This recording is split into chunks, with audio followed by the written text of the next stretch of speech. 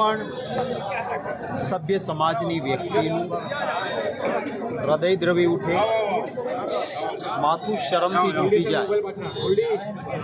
અને આપણા ગુજરાતમાં તો ક્યારેય આવી ઘટના કલ્પી પણ ન શકાય એવી કરુણ અને દુઃખદાયી ઘટના દાહોદમાં બની. 6 વર્ષની બાળકી, પહેલા ધોરણમાં ભણતી બાળકી, ઘર પાસે ગાડી લઈને સરકારી શાળાનો પ્રાથમિક શાળાનો આચાર્ય આવે છે. માને કહે છે કે તમારી દીકરીને બેસાડી દો ગાડીમાં, હું સ્કૂલે જાઉં છું, લઈ જાઉં. આપણે ત્યાં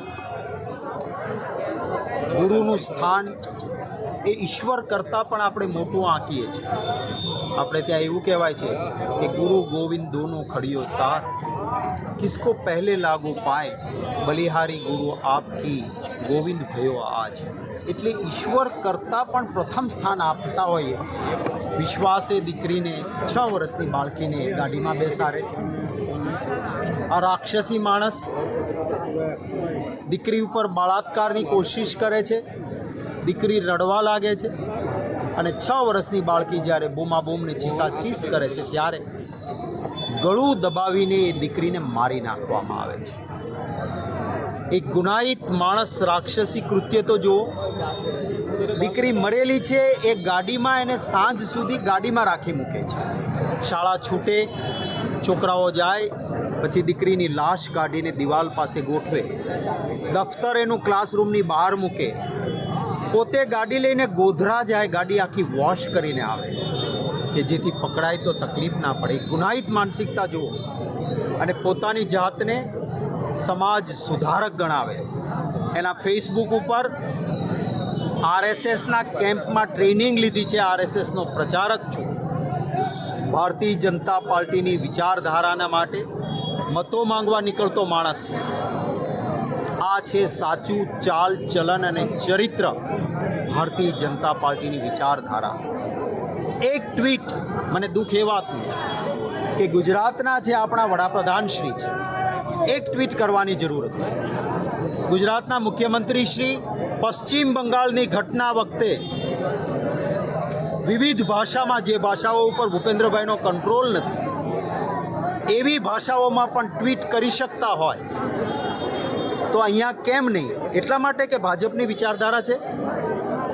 દર વખતે ભાજપના આવા ક્યાંય હોય ત્યારે એક નિવેદન આવે નાયબ ગૃહમંત્રીનું, કોઈ ચમરબંધીને નહીં છોડીએ.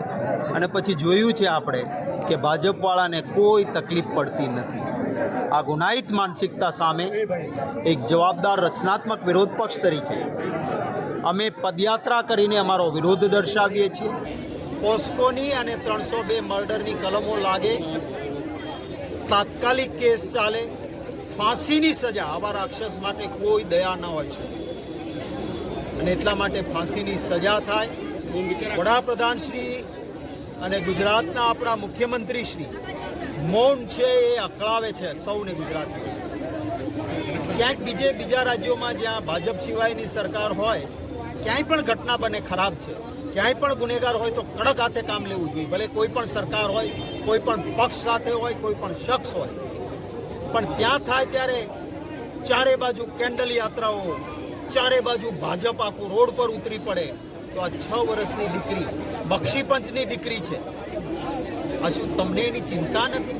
કારણ કે ગુનો કરનારો તમારી વિચારધારાનો પ્રચારક છે એટલે તમે મૌન બેઠા છો. જવાબ આપે ભારતીય જનતા પાર્ટી દર્દ સાથે, દુઃખ સાથે, એક ગુજરાતી તરીકે વેદના સાથે હું અમારી વાત કરું.